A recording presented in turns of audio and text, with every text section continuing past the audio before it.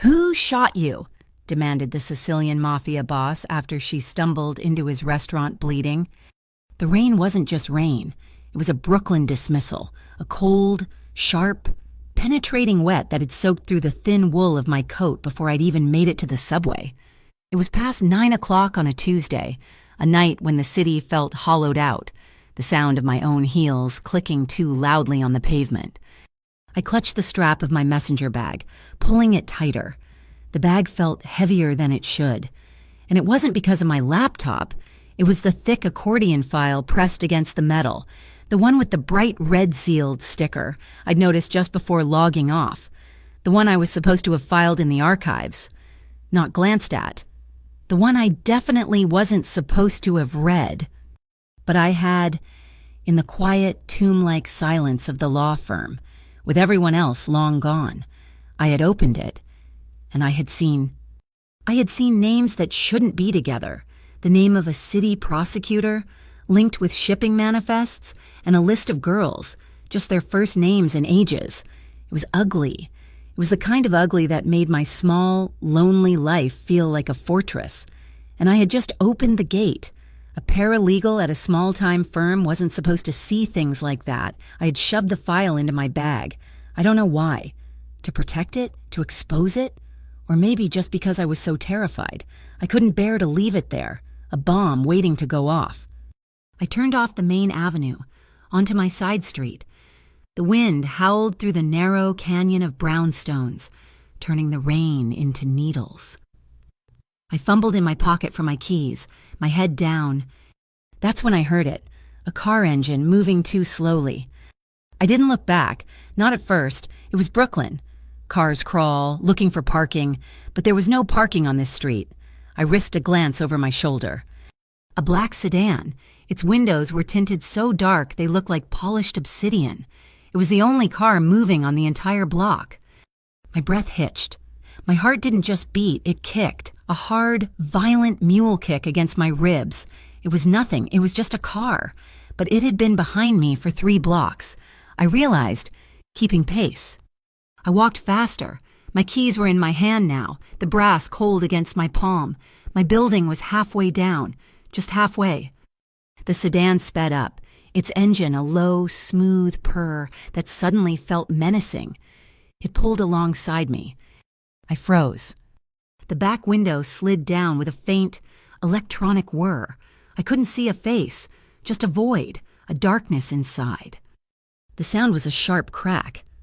It was so mundane, so unimpressive, it barely registered. A firecracker, maybe. I even turned my head, looking for the flash. Then the second crack came, and with it, a punch. It wasn't a punch. It was a hot, violent shove in my left side, just above my hip. It felt like someone had driven a red-hot poker straight through me.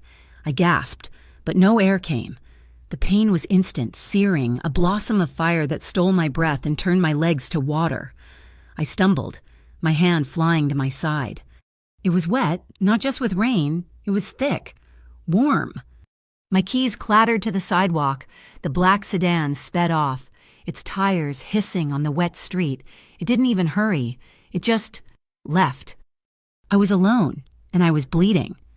"Help," I whispered, but the rain swallowed the word. Panic, cold and absolute, flooded my system. I couldn't die here, not like this, not on a dirty sidewalk over a file I shouldn't have read.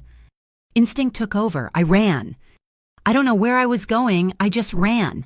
My messenger bag banged against my hip, sending fresh waves of agony through my side. I didn't care. I ran, my lungs burning, my vision starting to pucker at the edges. I left a trail. I knew I was leaving a trail. The rain wasn't washing it away fast enough. I rounded a corner, my ankle twisting, a sob tearing from my throat. I was on a commercial street, dark and abandoned. The delis were shuttered, the dry cleaner's windows black. Everything was closed, except one place. Halfway down the block, a dark green awning stretched over a brightly lit doorway. Gold lettering, elegant and old-fashioned, spelled out Salvi's Ristorante. It was the only light on the street, the only sign of life. I didn't even think, I just aimed for the light. I stumbled toward it, my legs heavy, My side, a universe of pain. I could feel the blood, a hot, sticky stream down my leg, filling my shoe. I was going to faint. I knew it. I pushed the heavy oak door. The warmth hit me like a wall. It was a blast of smells: garlic, oregano, red wine, and something rich like braised meat. The dining room was quiet, maybe half full. White tablecloths, low lighting, soft music. A waiter in a white jacket dropped a tray of glasses. They shattered. A woman at a corner table screamed. Every face in the restaurant turned toward the door, toward me. I saw the floor. It was a beautiful white and black tile. I saw a dark, polished wood bar. I saw a man turning from that bar, a glass in his hand. Then my knees gave out. The tile was cold, hard, and coming up fast. I didn't make it all the way down. Strong hands, not gentle, but firm. They gripped my arms, stopping my fall, breaking it. I was hauled up, half supported, by someone incredibly strong. I looked up, my vision blurring, a dark tunnel closing in. But I saw him. He wasn't a waiter. He was tall, and his suit was a dark, charcoal gray.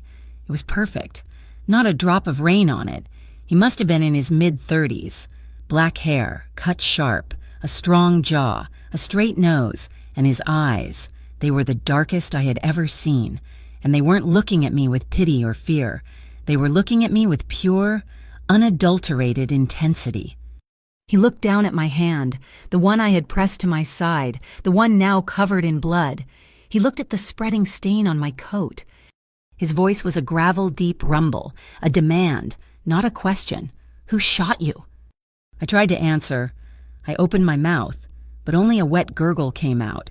I was so cold, my blood was so hot, I just bled, staining the perfect white tile of his floor.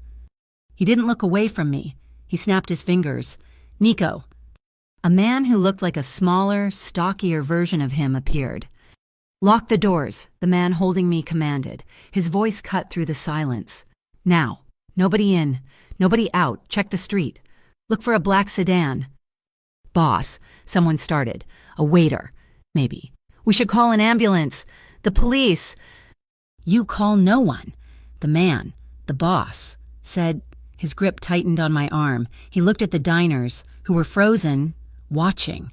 Dinner is over. My apologies. My staff will see you out the back. This is a private matter. He didn't wait. He bent, and with an ease that was terrifying.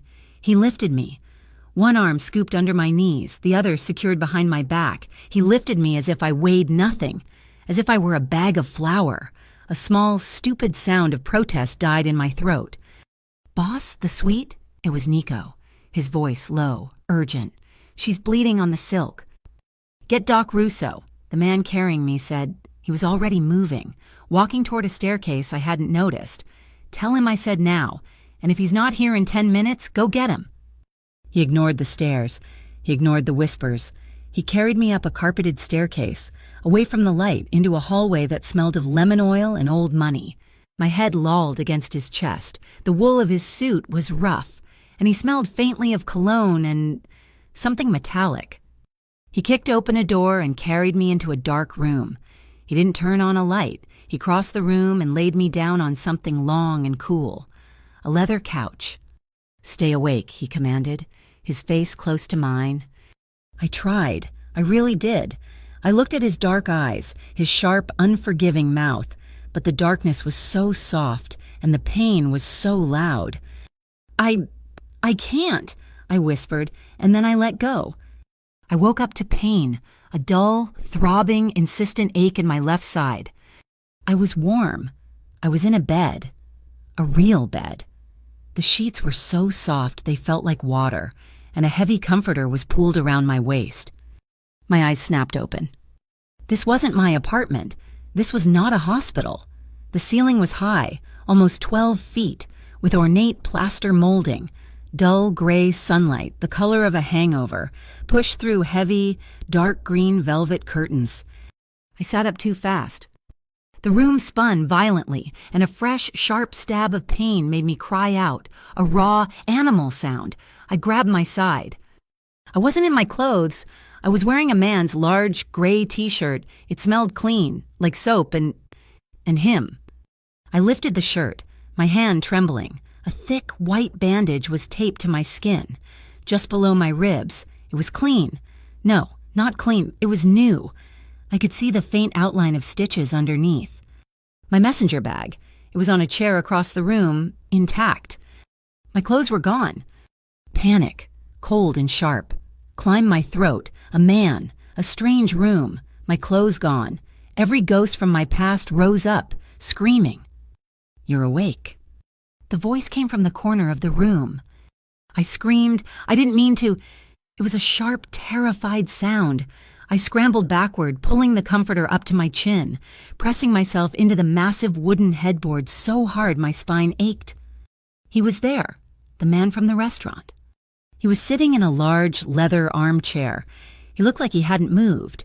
He was still in his suit, though the jacket was off, draped over the back of the chair, and his white shirt was open at the collar, his tie loosened. A lowball glass, half full of amber liquid, was on the table next to him. He hadn't slept, or if he had, he'd done it sitting up. "Who are you?" I whispered. My voice was a rasp. "I'm the man who stopped you from bleeding to death on my floor, Lorenzo Salvi."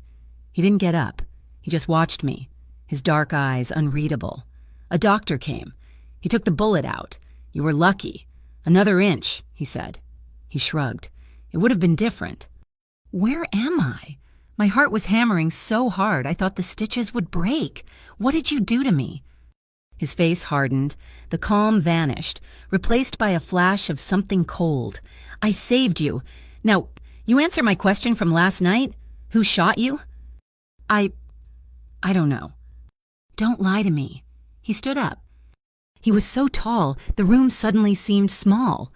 He took a step toward the bed. I flinched.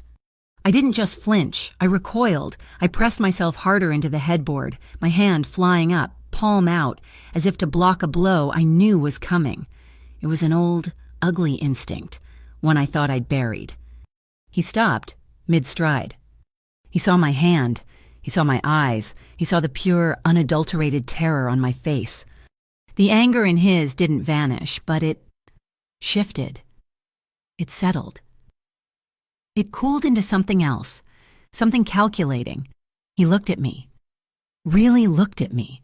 For a long, silent moment, I could see the muscles in his jaw working. He took a step back. He actually retreated. "I am not going to hurt you," he said, his voice flat, devoid of emotion. "That's what they always say," I whispered, my voice trembling. "And you're standing in a room with a girl you undressed while she was unconscious. A flicker of something, annoyance? A housekeeper did that, Sophia. She'll be in later. The doctor had to cut your clothes off anyway. They were ruined. They're in the trash, along with the bullet he dug out of you." He gestured to my messenger bag. "And your files are safe." My blood ran cold. "You went through my bag." I had to know who I brought into my home, into my family's restaurant. Camilla Donati, 28, paralegal. You live in a walk-up in Park Slope. You're a long way from home. "You're a criminal," I said. It just came out, an accusation born of terror. He almost smiled. It was a cold, thin expression that didn't touch his eyes. "I own a restaurant. You're in my private suite above it." "I want to go," I said, trying to sound brave. I sounded like a child. "I need to go. I need to call the police." At that, he laughed, a short, harsh, humorless sound. "The police?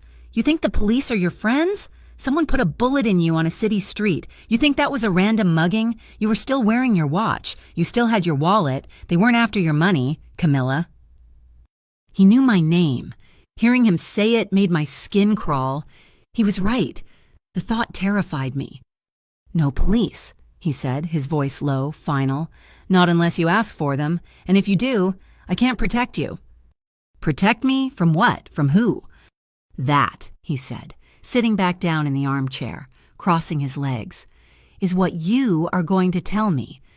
I just shook my head, my throat closing up. "I can't." He stared at me. "Fine. Stay here. But you're not leaving this room until I have answers." He left. He just got up and walked out. I heard the click of the lock. A prisoner. I was a prisoner. The day passed in a blur of fear and pain. The woman, Sophia, came in. She was older. With kind eyes and a hard mouth, she brought chicken broth and bread. I wouldn't touch it. She checked my bandage, clucking her tongue. "He saved your life, child," she said in a thick Italian accent. "Eat." I didn't. The pain pills the doctor had left wore off. The pain came back. Not the dull ache, but the fire. The stitches pulled. The wound felt hot, swollen, angry. By nightfall, I was crying. I tried to be quiet. I stuffed my face into the obscenely soft pillow and sobbed, my whole body shaking. It was the pain and the fear and the crushing, absolute loneliness. I was 28 years old, and I was going to die in a mob boss's apartment because of a file I should have left alone. The door opened. I didn't even hear the key. Lorenzo Salvi stood in the doorway, silhouetted by the light from the hall. He'd changed. He was wearing black slacks and a crisp white button-down shirt. The sleeves rolled up his forearms. He looked different, less like a boss, more like a man. He saw me, balled up on the bed, my shoulders shaking, his face tightened. "The pain," I choked out, unable to stop the tears. It hurts so much." He didn't say anything. He just went into the adjoining bathroom. I heard water running. He came back a moment later with a bowl of warm water, a stack of clean white cloths, and a bottle of antiseptic. "Sophia should—" I started. "Sophia's gone home," he said, his voice quiet. He sat on the edge of the bed, not on it, but on the edge, a respectful distance. "Let me see." I was too tired, too sore, too broken to fight. I let him gently lift the hem of the t-shirt. He was so careful. His fingers were warm, his knuckles rough, and they barely brushed my skin. He clicked his tongue. "It's inflamed. The doctor said it might get a small infection." He dipped a cloth in the warm water. "This will sting." He began to clean the wound, gently. His movements were precise, economical, sure, but his touch. It wasn't clinical. It was present. He was entirely focused on the task. I hissed as the antiseptic touched the raw, puckered skin. A tear spilled over, hot on my cold cheek. "Shh," he said, just that. "You're okay." I don't know why, but that's what broke me. Not the gunshot, not the fear. That quiet, simple comfort from a man who should have been my monster. A sob tore through me, a raw, ugly sound from the deepest part of my chest. His hand stopped. He looked from my wound to my face. "I'm so scared," I whispered, the words trembling. His other hand, the clean one, came up. He didn't touch my face. He just hovered. Then my hand, the one that was clenched into a white-knuckled fist in the sheet, he covered with his... It was just a touch. His hand was large, warm, and calloused. It completely enveloped mine. It wasn't a sexual touch. It wasn't even a kind touch. It was a grounding touch, a touch that said, "I am here. You are not floating away." He just held my hand like that, in complete silence, while he finished cleaning and tending to the wound with his other. He worked slowly, meticulously. I watched his face, the pure concentration, the hard lines of his jaw, the way his dark eyelashes cast shadows on his high cheekbones. He was, I realized with a distant, inappropriate shock, a very handsome man. He finished. He rebandaged my side with a steady, practiced hand. "Thank you," I whispered. My voice was broken. He nodded, his face giving away nothing. He didn't let go of my hand. Not right away. He just looked at it, looked at our hands, his large, dark, strong one covering my pale, trembling one. Then he gently released me and stood up.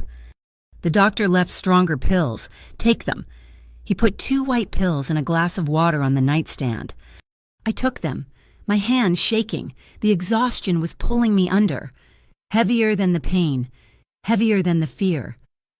I lay back against the pillows. "You're sleeping in my bed," he stated. It wasn't a question. I can take the couch." "Don't be ridiculous. You're wounded." I was too tired to argue. My eyelids were already closing. I felt him pull the comforter up to my chin, a gesture so paternal. It was bizarre. I drifted, but just before I went under, I thought I felt his presence. My eyes opened a crack. The room was dark, save for a single sliver of light from the hallway, intentionally left open. He hadn't left the room.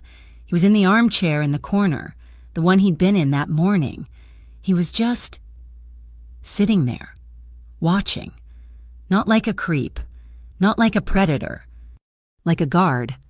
I fell asleep in the lion's den, for the first time in my life, feeling watched. And for some strange, terrifying reason, I wasn't afraid. The next morning, I woke up, and he was gone. The glass by his chair was empty. The room was silent. I didn't know that. 3 floors below me, in the windowless basement office of the restaurant, he was holding my driver's license photo. I didn't know he was handing it to the man named Nico. "Find her," he'd ordered, his voice quiet, lethal. "Find out who she works for. Find the black sedan that was on her street. Find out who wanted her dead. I want a name." I woke up with a gasp, my hand flying to my side. The pain was a dull, manageable throb, not the fire from the night before. The heavy gray t-shirt was still on me, the sterile white bandage beneath it. The bed was a cloud, the sheets impossibly soft. And the chair was empty. He was gone. A cold knot of fear tightened in my stomach. The silence of the suite was absolute, broken only by the distant, angry horn of a taxi far below. I was alone. I was locked in. I was a prisoner who had been tended to. My mind couldn't reconcile the 2 images, the man who had sat in that chair all night, a silent guardian, and the man who had locked the door. I pushed myself up, my muscles screaming in protest. I needed to think. I needed a plan. My messenger bag was still on the chair, a silent promise that my life, the one that got me shot, was still sitting there, waiting for me. The door clicked. I froze, my heart leaping into my throat. Lorenzo Salvi walked in, and he was in a fresh suit, a deep navy blue that made his shoulders look even broader. His black hair was damp, as if he had just showered. He carried a small tray. On it was a cup of coffee that smelled like heaven, and a plate with a piece of toast. He placed the tray on the nightstand, his movements economical, his presence filling the room, shrinking it. "You're awake? Good." He didn't look at me, but at the bandage. "How is the pain?" "It's better." I clutched the comforter to my chest. "Where did you go?" His eyes, dark and assessing, finally met mine. "I have a business to run, and I was getting information." He pulled the desk chair over, spinning it around and sitting on it backward, his arms resting on the back. He was close, too close. He was all controlled energy, a panther in a cage he had built himself. "Lipton, Hayes, and Associates," he said. My blood went cold. "A very small, very unimportant law firm. You've been there 4 years. You're quiet. You keep to yourself. You're good at your job. Nobody has a bad word to say about Camilla Donati." I just stared, my mouth dry. 2 weeks ago," he continued, his voice a low, even rumble, "your firm's case against Councilman Davies was dismissed. Allegations of misconduct. It was messy. It was in the papers. And then, just like that, it was gone. Dropped. Sealed." He leaned forward, just an inch, but it felt like a mile. "But you saw it, didn't you? Before it was sealed. That's what's in your bag." I couldn't breathe. He knew. He didn't know what, but he knew the shape of it. This man, in less than 12 hours, had unraveled the edges of the secret that had almost cost me my life. I don't know what you're talking about," I whispered. "Stop lying." The command was sharp, cold. It wasn't a request. "You're a paralegal. You're not a spy. You're not a cop. You are in over your head, and you are bleeding in my bed. The time for lies is over. Tell me what you saw." The truth was a heavy, hot stone in my throat. I had held it alone for so long. The fear of them, the men in the black car, but now the fear of him, The man right in front of me was just as big. He was the only person who knew I was here. The only person who knew I was alive. "If I tell you," I whispered, my voice trembling, "what will you do?" "I'll decide if your life is worth the trouble you've brought to my door." The bluntness of it was a slap. There was no comfort here, just a transaction. I looked down at my hands, clenched in the sheets. It's worse than the councilman. He was just a part of it.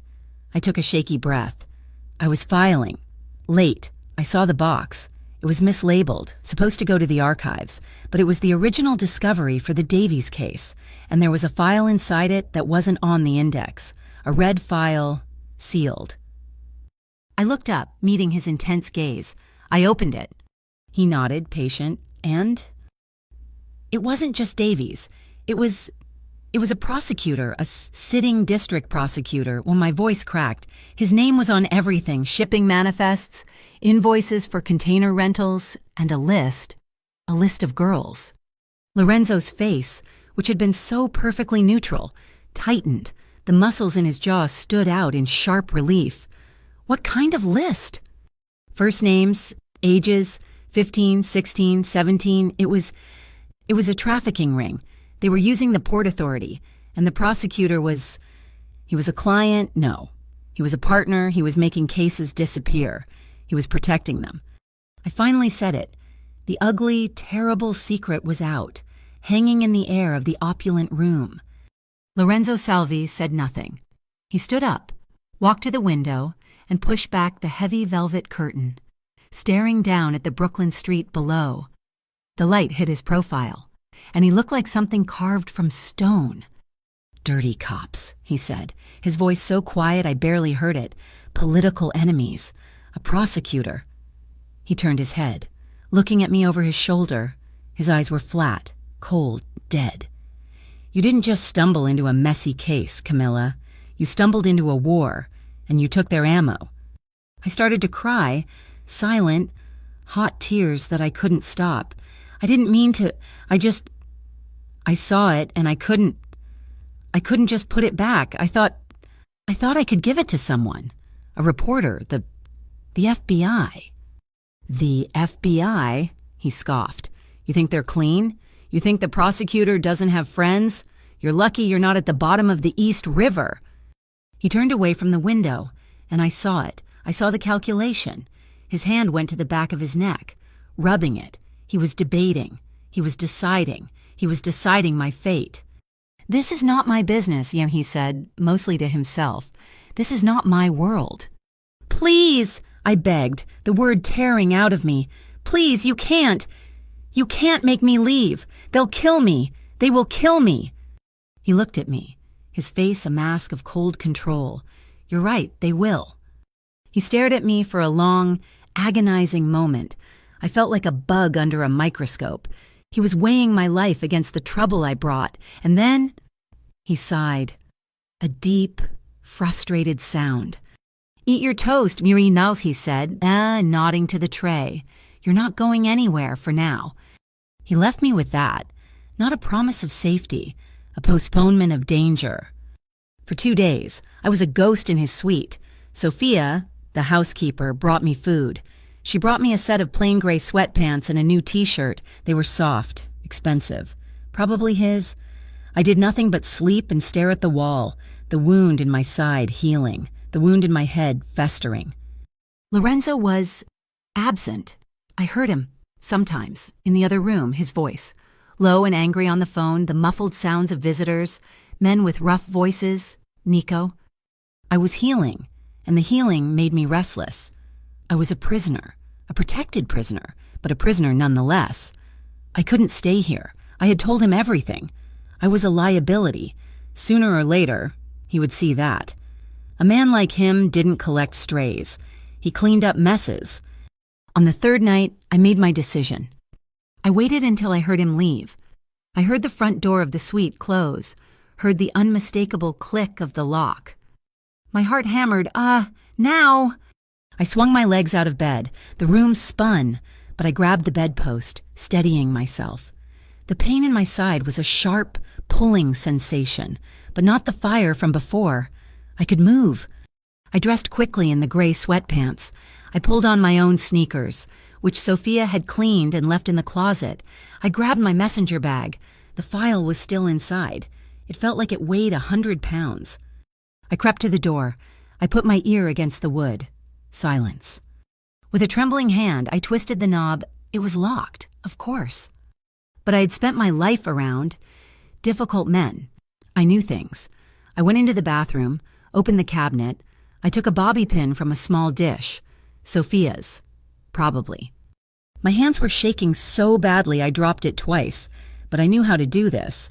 An old, ugly skill from an old, ugly life. I jammed the pin into the simple privacy lock. I jiggled it, my breath held in my chest. A dull clunk. The knob turned. I was free. I opened the door. A crack. The hallway was dark, lit only by a single sconce far down. It was long, so long, it led to the stairs that led to the restaurant, to the street, to freedom. I took a step, then another. My side was screaming, just get to the stairs. Camilla, just get to the stairs. Halfway down the hall, my vision started to pucker. The walls felt like they were breathing. I was dizzy, so dizzy. The blood was rushing in my ears. I was too weak. I had moved too fast. No, I whispered. No, no, no. My knees gave out and the carpeted floor rushed up. But I never hit it. He was there, as if he'd stepped from the shadows themselves. 1 second, I was falling. The next, I was being lifted, scooped up against a chest as hard as a brick wall. Lorenzo. He hadn't left. He'd been waiting. You little fool, he murmured. His voice wasn't angry. It was tired. A deep, bone-weary frustration. Where did you think you were going? He carried me. He carried me back into the suite, back into the bedroom, as easily as he had the first night. But this was different. I wasn't unconscious, I was terribly, humiliatingly awake. My arms were looped weakly around his neck, my face pressed against his shirt. He smelled of soap and that faint, metallic scent. He was so warm. He laid me on the bed as gently as if I were made of glass. They would have found you before you made it to the subway, he said, his voice flat. Is that what you want? I can't stay here, I cried, the tears of frustration coming. You're a mob boss. I'm a witness. I'm a danger to you. You're going to get rid of me. He looked at me, his face unreadable. If I wanted to get rid of you, Camilla, you'd be gone. You wouldn't have woken up. The simple, cold logic of it hit me. He was right. You're a problem, he said, pulling the comforter over my legs. But you're my problem. Now stay. That night, the storm broke. It wasn't just rain. It was a full-blown nor'easter.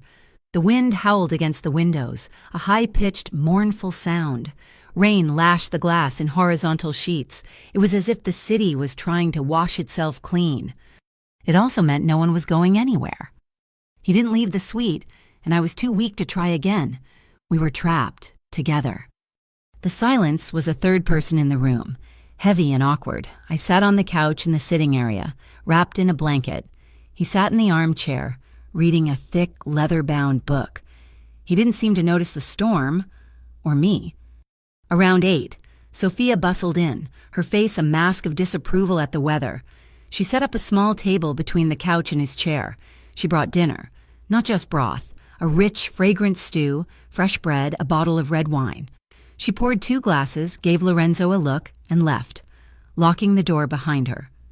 We ate in silence. The only sounds were the clink of silver on porcelain and the roar of the wind outside. I couldn't stand it. Why are you doing this? I finally asked. He looked up, a piece of bread halfway to his mouth. Doing what? This, helping me, you're one of them. His eyes narrowed. One of who? A criminal.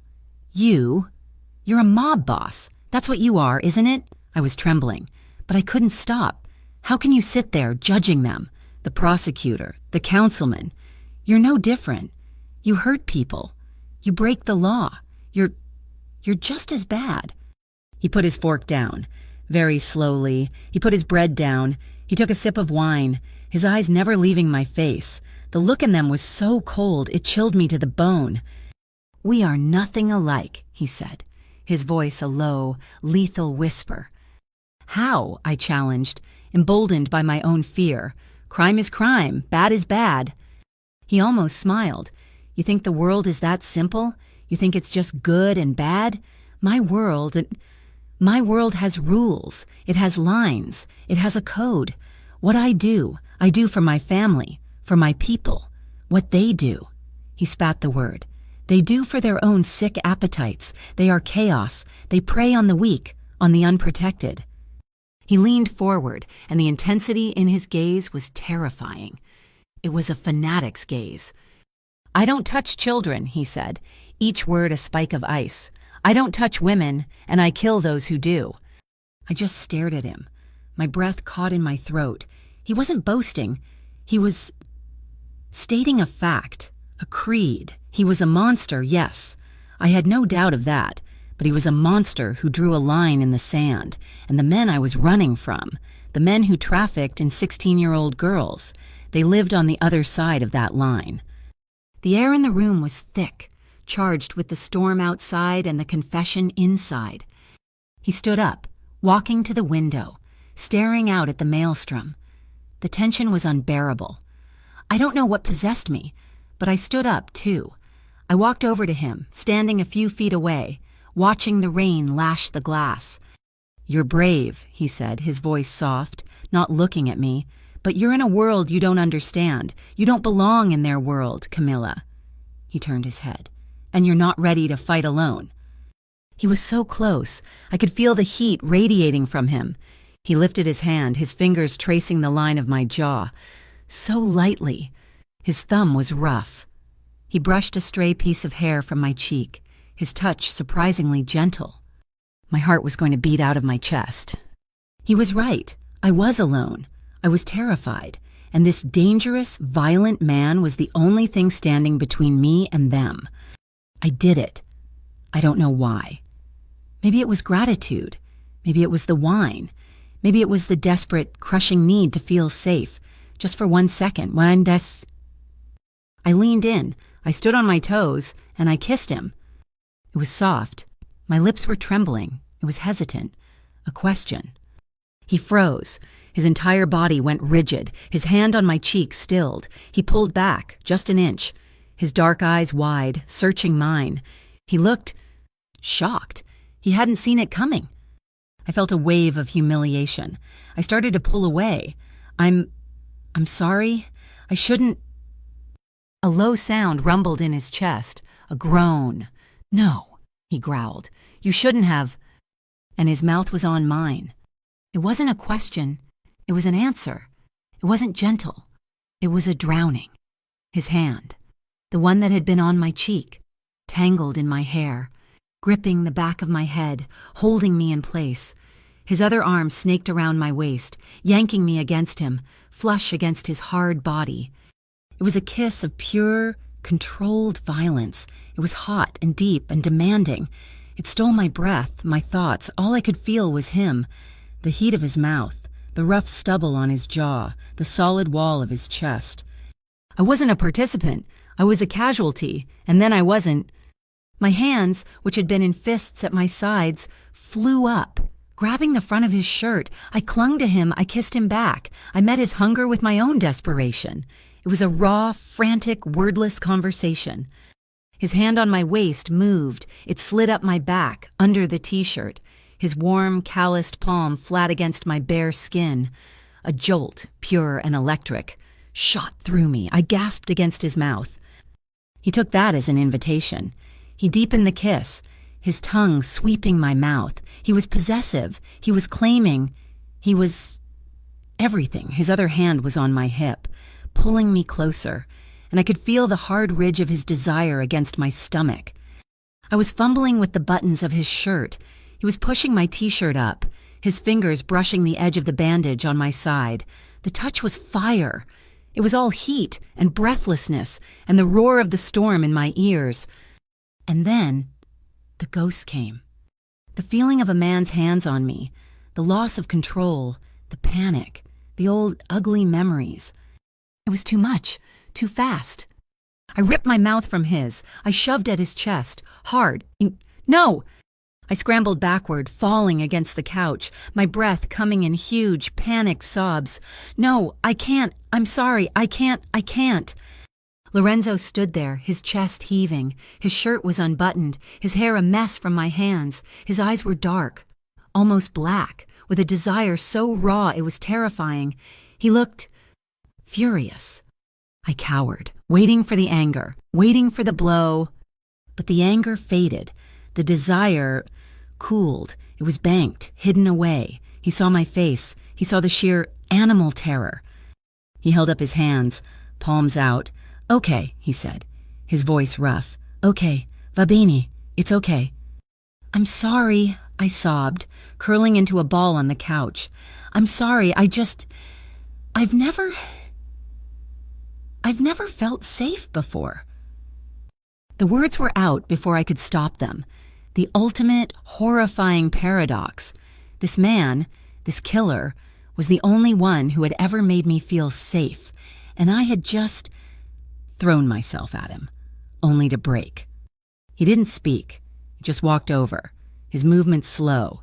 He sat on the coffee table in front of me. He didn't touch me.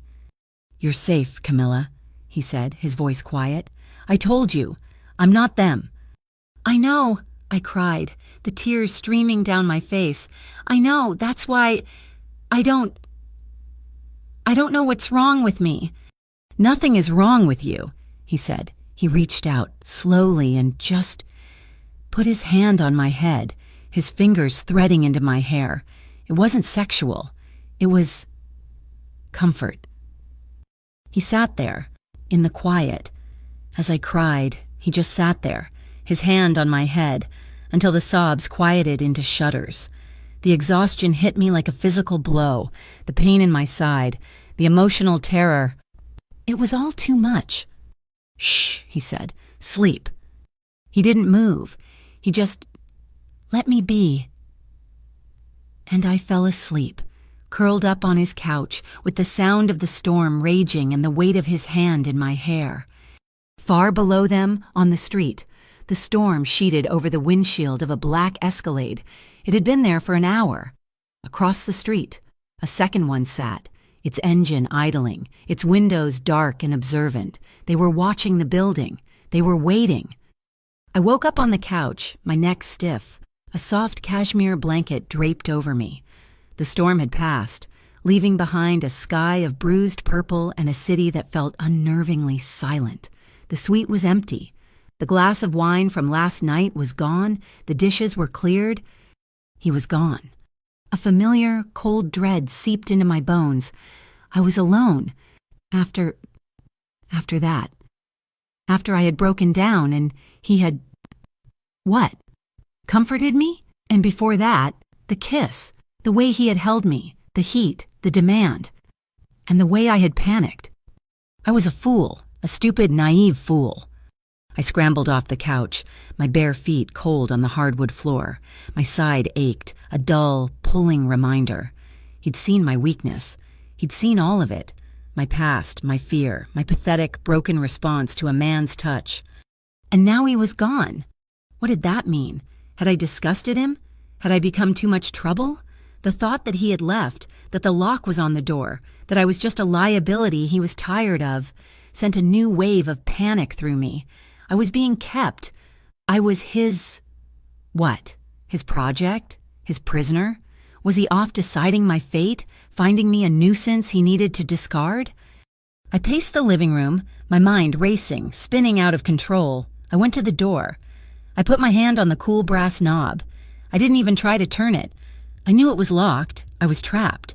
He was a mafia boss. I was a paralegal with a dangerous secret. This wasn't a romance. This was a hostage situation. He had held me. He had been gentle. And that was the worst part. The kindness was the part that terrified me. It was the part that felt like a lie. The key turned in the lock. I spun around, my heart leaping into my throat. Lorenzo entered, and he didn't look at me. and he was still in the clothes from last night. His white shirt rumpled, the sleeves still rolled up his forearms. He looked exhausted, and a new, cold anger radiated from him, a controlled fury that seemed to suck the warmth from the room. He walked straight to the small bar in the corner, unstoppered a decanter, and poured 2 fingers of amber liquid. He downed it in one go, his throat working. He set the glass down with a heavy thud. "You were gone, and I whispered," my voice was small, accusatory. He finally looked at me. His eyes were dark, flat, and held a new, dangerous light. I was working. You left me here, locked in." "I left you here safe," he corrected, his voice a low growl, "where you're not out on the street trying to get yourself killed." "I'm not safe," I burst out, the terror and confusion boiling over. "I'm a prisoner. You kissed me. And then you leave. Are you using me? Am I just some broken toy He moved so fast, I didn't even have time to flinch. In 2 long strides, he was in front of me, his hands gripping my upper arms. His grip was hard, anchoring. It didn't shake me, but the power was there. "Do not," he said, his voice dropping to a lethal, quiet command. "Ever accuse me of that?" He was too close. I could see the dark stubble on his jaw, the exhaustion in his eyes, and under it, something else, something raw. "Then what is this?" I demanded, my own tears of frustration welling. Why are you doing this? It's not your fight. You said it yourself. You're a criminal. This is police business, political. Why are you helping me? What do you want?"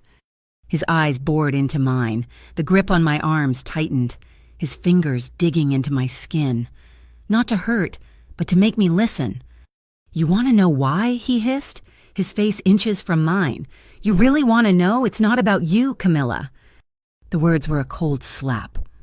"It's about them," he continued, his voice vibrating with a quiet, terrible rage. "The prosecutor, the cops, the men who buy and sell human beings like they're cattle. I've spent my entire life building an organization on rules, on a code. I keep my world, and they keep theirs. But they crossed a line, and last night I went out, and I found one of them, a snitch, a small-time player who moves their money." His gaze was so intense I couldn't look away, and I asked him. He told me about the cops, a whole unit, run by a lieutenant. They're not just taking bribes. They're part of it. They're the muscle. They're the ones who make girls disappear.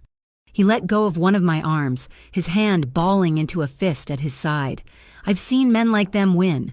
I've seen them walk away, their hands clean, while everyone else burns. His eyes were burning now, a dark fire. I won't let them win this time. I just stared at him, my breath gone. This wasn't about me. This was about him. It was a war, and I had just been the bullet that started it. His rage wasn't at me. It was for me. It was for someone else, someone I didn't know. The fury in his face subsided, replaced by that bone-deep weariness. He let go of my other arm, his hand gentling, his thumb brushing my shoulder. "I am not going to hurt you," he said, his voice flat, "and I am not going to let them hurt you.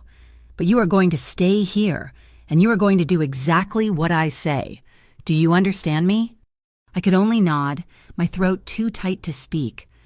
He stepped back, breaking the intensity. "Good. Sophia will bring you breakfast. And clothes, real clothes. You're not a prisoner. You're a guest. But you are not to leave this suite. Nico will be outside the door." He turned and walked into his bedroom, closing the door behind him with a quiet, final click. He was right. Nico was outside the door. I saw him when Sophia came, her face a mask of polite efficiency. She brought clothes, black leggings, soft cashmere sweaters, boots, simple, expensive, and a size that, terrifyingly, was exactly right. "Mr. Salvi had them sent," she said, as if it were the most normal thing in the world. My life became a strange, suspended reality. I lived in a gilded cage, 3 floors above a world-class restaurant. I was surrounded by men with guns in their jackets and a woman who served me 3 meals a day as if I were royalty. I started to trust them in tiny, almost imperceptible ways. Nico, Lorenzo's second in command, would be there when I'd open the door to take my food tray.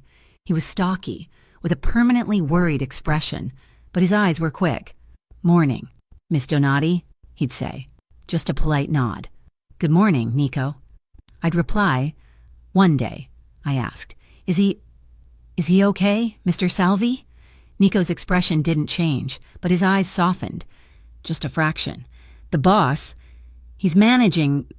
It's a complicated situation. Miss, he appreciates you. Cooperating." Sophia was different. She was the one who saw my vulnerability. She'd bustle in, changing the sheets on the massive bed. "You're healing well," she said one afternoon, glancing at my side as I changed my own bandage. It doesn't hurt as much. He's a good man, you know," she said quietly, her back to me as she fluffed a pillow. I snorted. "He's a mob boss. Sophia." She turned, her dark eyes sharp. "There are priests who are monsters, and there are sinners who are saints. The world is not so simple. Child, he took you in. He called a doctor, not an undertaker. He watches you. Remember that." I did. I remembered it constantly. Lorenzo was a phantom for the next few days. He was in and out. I'd hear him on the phone, his voice low and sharp, speaking in a rapid-fire mix of English and Italian. He was moving pieces on a board I couldn't see. But when he was there, in the suite, the air changed. It crackled. One evening, I was reading a book from his shelf, curled on the couch. He came in and just watched me. He'd taken off his jacket, loosened his tie, just stood by the window, watching me. "What?" I finally asked, my skin prickling.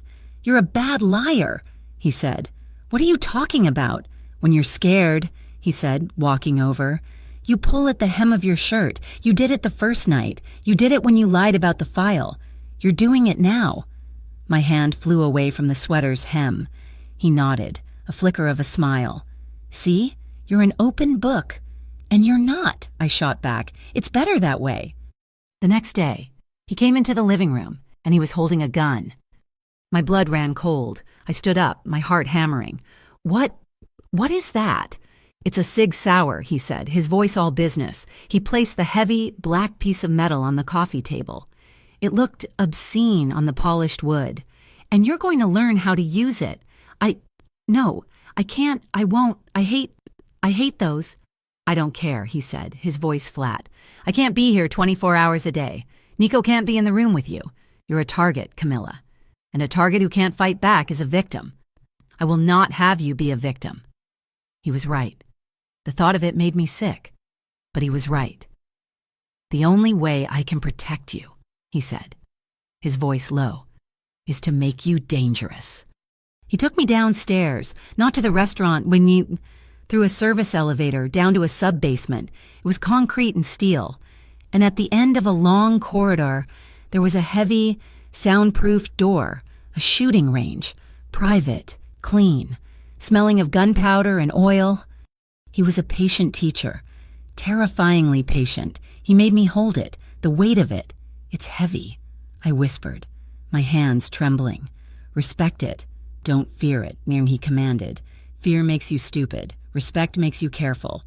He showed me how to stand, how to breathe, how to hold my arms. "Your stance is weak. You're leaning back. You're afraid of it. You're anticipating." He stood behind me. I could feel the heat of his body. He put his hands on my shoulders, pushing them down. "Relax. Breathe out when you pull the trigger. Squeeze. Don't jerk." I fired. The crack of the gun was deafening. Even with the earmuffs, the recoil punched my shoulder, and I stumbled back. I missed the entire target. "Again," he said. I fired again, and again my shoulder ached. My hands were raw. I was terrible. "You're thinking about the noise," he said, his voice low in my ear. "You're thinking about the kick. You're not thinking about the target. Focus. Everything else is just noise." He stayed behind me. His left hand went to my waist, his right hand covering mine on the grip, adjusting my fingers. Like this. His body was flush against my back. I could feel the hard planes of his chest, his clean, soap and metal scent. My breath hitched. "Breathe," he murmured, his voice a low vibration against my ear. I tried to, but I couldn't. All I could feel was him, the strength of him, the way his arm was solid around me. "Now," he said. "Squeeze." We fired together. The shot hit the paper. My whole body was trembling, but it wasn't from the gun. "Good," he said. Again. He didn't move. He stayed right there. We fired again, and I started to hit the target. "You're a fast learner," he said. His hand was still on my waist. I turned my head. My cheek almost brushed his. "You're a good teacher." Our eyes met. His were dark, intense. The world stopped. The noise of the range, the smell of gunpowder. It all faded. "Camilla," he whispered. It was a warning. The next day, we trained again. Not just shooting. They won't always have a gun, he said. The range was empty. We were just on the mats. They'll grab you. He grabbed me. His arm snaked around my waist, pulling me back against him, his other hand covering my mouth. I froze. Panic. Cold and absolute flooded my system. The old ghosts. "What do you do?" he whispered in my ear. I struggled. I kicked. I was useless. I was a rag doll in his arms. He let me go. I stumbled away, panting. I don't know. "You fight," he said, his face hard. "You don't panic. You fight. You find a weak point. My eyes, my throat, my—" He nodded down. "You make me let go. Again." He grabbed me again. This time, I stomped on his foot, hard. He grunted, but his grip didn't loosen. "Better. What else?" I tried to slam my head back. He anticipated it. "Good. Again." For an hour, he showed me how to break holds, how to use my elbows, my knees, how to be a porcupine, as he called it, make them bleed for touching you. Finally, he grabbed my wrists. He held them, his grip like steel. He pinned me against the wall of the range, his body pressing me into the concrete. "What now?" he demanded. I was breathing hard. He was so close. His hips were against mine, his chest flush with my own. My wrists were trapped, held on either side of my head. I was completely, totally immobilized. My breathing changed. It wasn't panic. It wasn't fear. The heat from his body was seeping into mine. I could see the pulse beating in his throat. I looked at his mouth. My head was light. My body was alive. He saw it. His eyes, which had been hard, the teacher's eyes, softened. They flickered down to my mouth, then back to my eyes. "Camila," he said, his voice rough. He saw my breathing change. He saw the flush on my skin. He saw the look in my eyes, and he let go. He started to back off. He released my wrists, his face tight with control. That's enough for today. You did." He remembered. He remembered my panic. He was being a gentleman. But I was different. I was tired of being afraid. I was tired of panicking. He was backing away, and I didn't let him. I grabbed the front of his shirt, my fists clenching the material. I pulled him back. His eyes widened. He hadn't expected it. "Camilla, don't what?" I whispered, my voice shaky but strong. "Don't want this. Don't want you." I stood on my toes, and I pulled his mouth down to mine. This time, it wasn't a desperate, hesitant question. It was a statement. His lips were firm, unmoving. He was resisting. He was letting me lead. I kissed him, long and slow. I poured every ounce of fear and gratitude and the strange, terrifying new desire I felt into it. I kissed him until my lungs burned. Then, with a low groan that seemed to be ripped from his very soul, he kissed me back. His control snapped. His hands, which had been at his sides, came up, framing my face, his thumbs stroking my cheekbones. His mouth wasn't demanding. Not like the first time. It was exploring. It was deep and slow and wet. It was a question and an answer, all at once. My hands uncurled from his shirt, sliding up, my fingers tangling in the thick, dark hair at the nape of his neck. He pulled me away from the wall, his arms sliding around my waist, lifting me, my feet leaving the floor, as he pressed me against the center post of the range. I wrapped my legs around his waist, clinging to him. Lorenzo, I breathed, his name a prayer against his lips. You're sure? He rasped, his forehead pressed against mine, his breathing as ragged as my own. I'm not afraid, I whispered. Not of you. That seemed to be all he needed.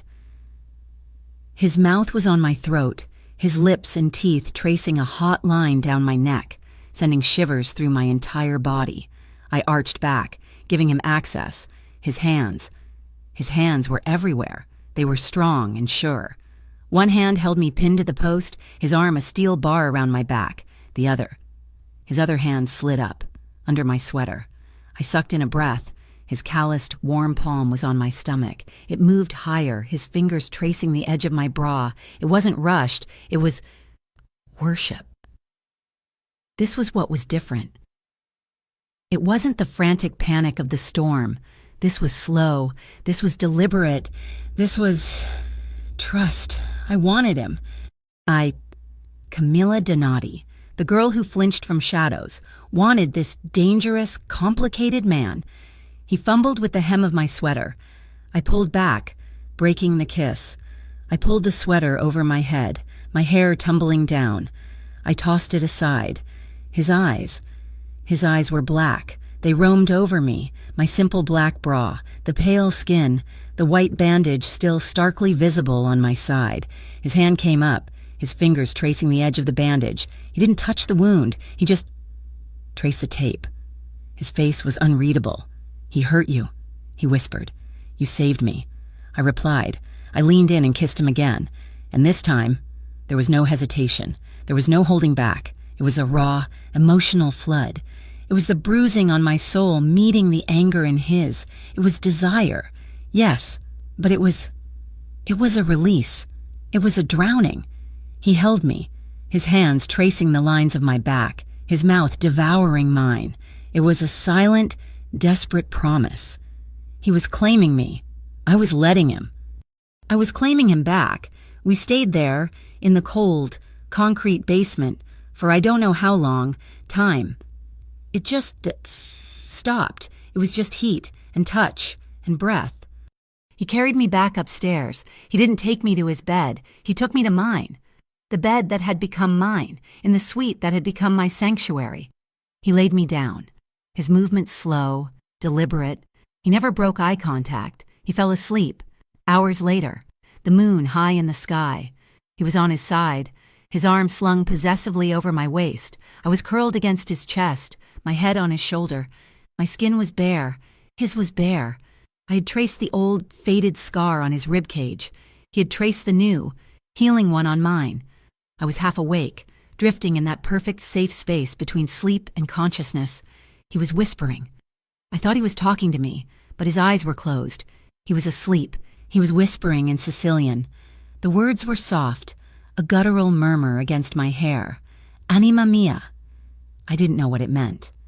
Piccerida, sei al sicuro, sei al sicuro. I didn't understand the words, but I understood the tone. It was the sound of a man who had been at war, finding, for a single night, a moment of peace. I woke to the sound of shouting, not in the suite, downstairs, followed by the unmistakable, horrific sound of shattering glass, a lot of glass. Lorenzo was awake before my eyes were even open.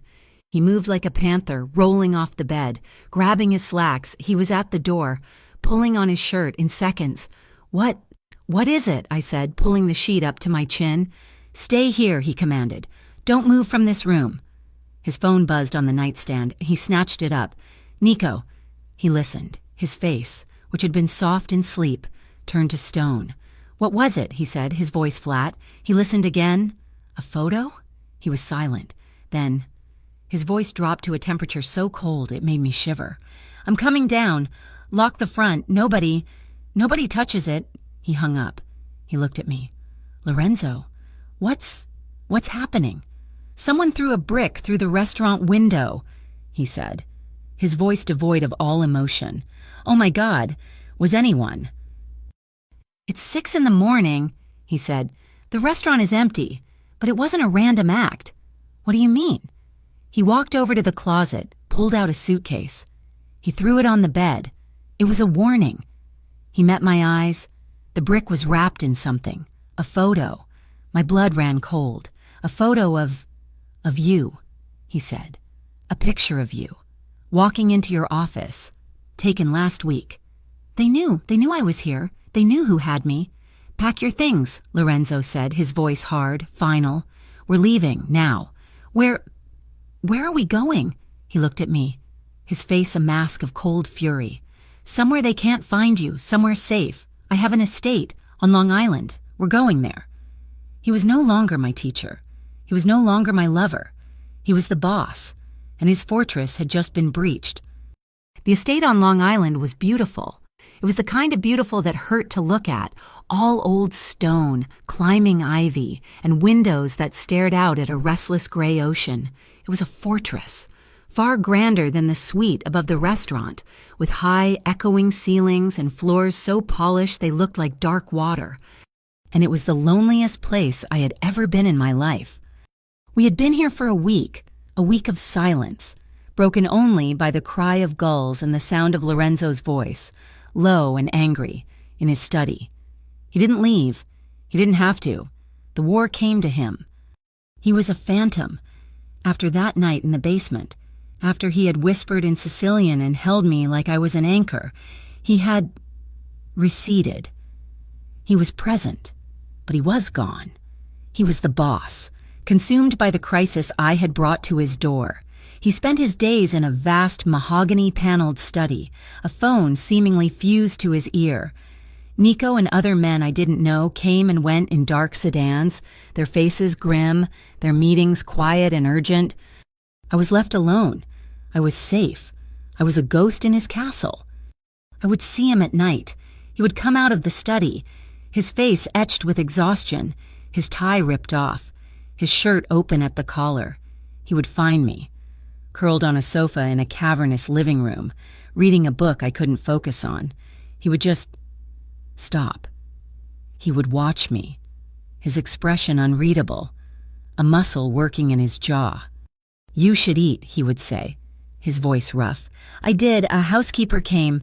I don't even know her name. Her name is Mrs. Davies. She won't talk to you. She's paid not to. He wouldn't come closer. The intimacy we had shared, that raw, desperate connection in the basement, might as well have happened in another lifetime. He was the boss again, and I was the problem he was managing. The distance was a chasm, wider than the Long Island Sound I could see from the window. It was a cold, physical ache. I had let this man see every broken piece of me, and now he was treating me like a package to be guarded. On the 8th day, I couldn't stand it anymore. The silence was too loud. I needed to move. I needed to understand. He was in his study, the door firmly closed. I could hear the muffled, angry cadence of his voice. I fled. I explored the house. It was a museum of a life I couldn't comprehend. Dark oil paintings, heavy furniture, cold marble. It was a house built for a dynasty, not a home. I found another room, at the end of a long, sun-dusted hallway. It wasn't a study. It was a sitting room. It was smaller, softer. The furniture was lighter, cream and gold. It felt feminine. And it was a shrine. On the mantelpiece, there was a photo, a silver-framed picture of a girl, maybe 16. She had Lorenzo's eyes, dark and intense, but her smile was wide, rebellious, and full of a light that he just didn't have. She was beautiful. Next to it, a photo of her younger, maybe 10, her arm slung around a teenage boy's neck, a boy with a sullen, handsome face. It was Lorenzo. He was almost smiling. On a small side table, there was a box, a simple dark wood box. My hand trembled, but I opened it. Inside, there were mementos, a dried corsage, a silver locket, tarnished, a ticket stub from a concert, and under it all, a folded piece of paper. It was a program from a funeral in loving memory of Julia Salvi, 1992 to 2009, 17. She was 17. My blood ran cold. There was something else. A newspaper clipping, folded small. The headline was discreet. from a local paper. Local teen found dead in city hotel. Police suspect overdose. A hotel? 17? I don't touch children, I don't touch women, and I kill those who do. His rage, his absolute visceral hatred for the men in the file, the way he had reacted when I told him about the prosecutor, the list of girls, the way he had whispered in Sicilian, Picurita, little one. I sank onto the small damask sofa, the clipping in my hand. It wasn't pity.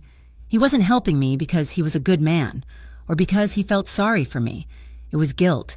It was grief. I was a ghost. I was a stand-in for his sister. I was his chance to get it right, to save the girl he couldn't save all those years ago. The realization was a cold, hard stone in my stomach, the distance he kept. It wasn't about managing a crisis. It was about her. Looking at me was like looking at her ghost. I sat there for a long time. Then a new feeling replaced the cold, a slow, burning anger. I wasn't his ghost. I wasn't his penance. And I was tired of being a protected package. If he wouldn't act, I would... I went back to his study. He was gone, probably pacing the grounds, his phone still to his ear. His laptop was open on the massive desk. I sat in his chair. It was still warm. My hands were shaking, but my mind was clear. I was a paralegal. I knew how to be careful. I used a private browser. I found the name of an investigative reporter at the New York Times, a woman known for breaking stories about police corruption. I opened a new, encrypted email. I have proof of a human trafficking ring involving a sitting prosecutor and several high-ranking members of the NYPD. I have sealed files. I wrote it all. I poured out everything, the file, the names, the manifests. I was so focused, I didn't hear the door open. "What the hell do you think you're doing?" Lorenzo's voice was not a shout. It was a low, lethal vibration that struck me in the spine. I spun around in the chair. He was standing in the doorway, his face a mask of cold, white-hot fury. I see what you were doing. He crossed the room in 2 strides, his hand clamping down on the laptop, slamming it shut. "Are you insane? They need to be stopped," I said, standing up, my own anger rising. You're just sitting here, managing. You're not doing anything. I'm not doing anything," he hissed. He grabbed my arm. "I'm trying to navigate a war without getting us all killed. I'm moving my men. I'm finding their leverage. I'm building a case my own way. And you, in 5 minutes, would burn it all to the ground. You would get yourself killed. That reporter killed, and God knows who else. It's the truth." "The truth?" He laughed, a short, bitter sound. He grabbed a piece of paper from his desk, a draft. I had written a draft first. This is a suicide note. He pulled a silver lighter from his pocket. He flicked it open. The flames snapped to life. "No!" I cried, reaching for it. "You can't!" He held me back with one hand, his arm a steel bar. He held the paper to the flame. It caught, curling, turning black at the edges. "It's too dangerous," he said, his voice flat. He dropped the burning paper into a heavy glass ashtray, where it collapsed into gray ash. "Dangerous? Dangerous." I was shaking with rage. You, of all people, are talking to me about danger. You kill people for a living. Lorenzo, you have guns in your basement. You're a hypocrite. "I'm a hypocrite, Mike," he said, his voice deadly calm. "Because I'm stopping you from walking into a sniper's scope? Because I'm stopping you from emailing a target list to the very people who want you dead? They are watching everything. You naive, stupid girl. I am not stupid." I shoved him hard in the chest. He didn't budge. "And I am not a girl. And I am not Julia." His face went white. The blood drained from it, leaving only a dark, furious burning in his eyes. He had no idea I knew. "Don't," he whispered. "Don't you ever say her name." "Why?" I was crying now, hot, angry tears. "Because it's true. Because you're not saving me. You're just trying to save her? I'm not your ghost, Lorenzo. I'm not your second chance. You can't just burn my choices and lock me in a house?" "I am keeping you safe," he roared, his control finally snapping. "Something I am supremely qualified to do. You're hiding me. You're hiding, just like you're hiding from them. You're scared of them. The big, bad mafia boss is scared of a few dirty cops. Get out, he said, his voice dropping. I'm tired of being in this cage. I said, get out, Mai. He pointed to the door. Fine. I turned and I ran. I didn't just leave the room. I ran through the cold, marble foyer, past the silent statues. I saw the large French doors that led to the patio. A storm was breaking. The sky was the color of a fresh bruise, and the wind was picking up. I didn't care. I slammed my hand into the panic bar and burst out into the air.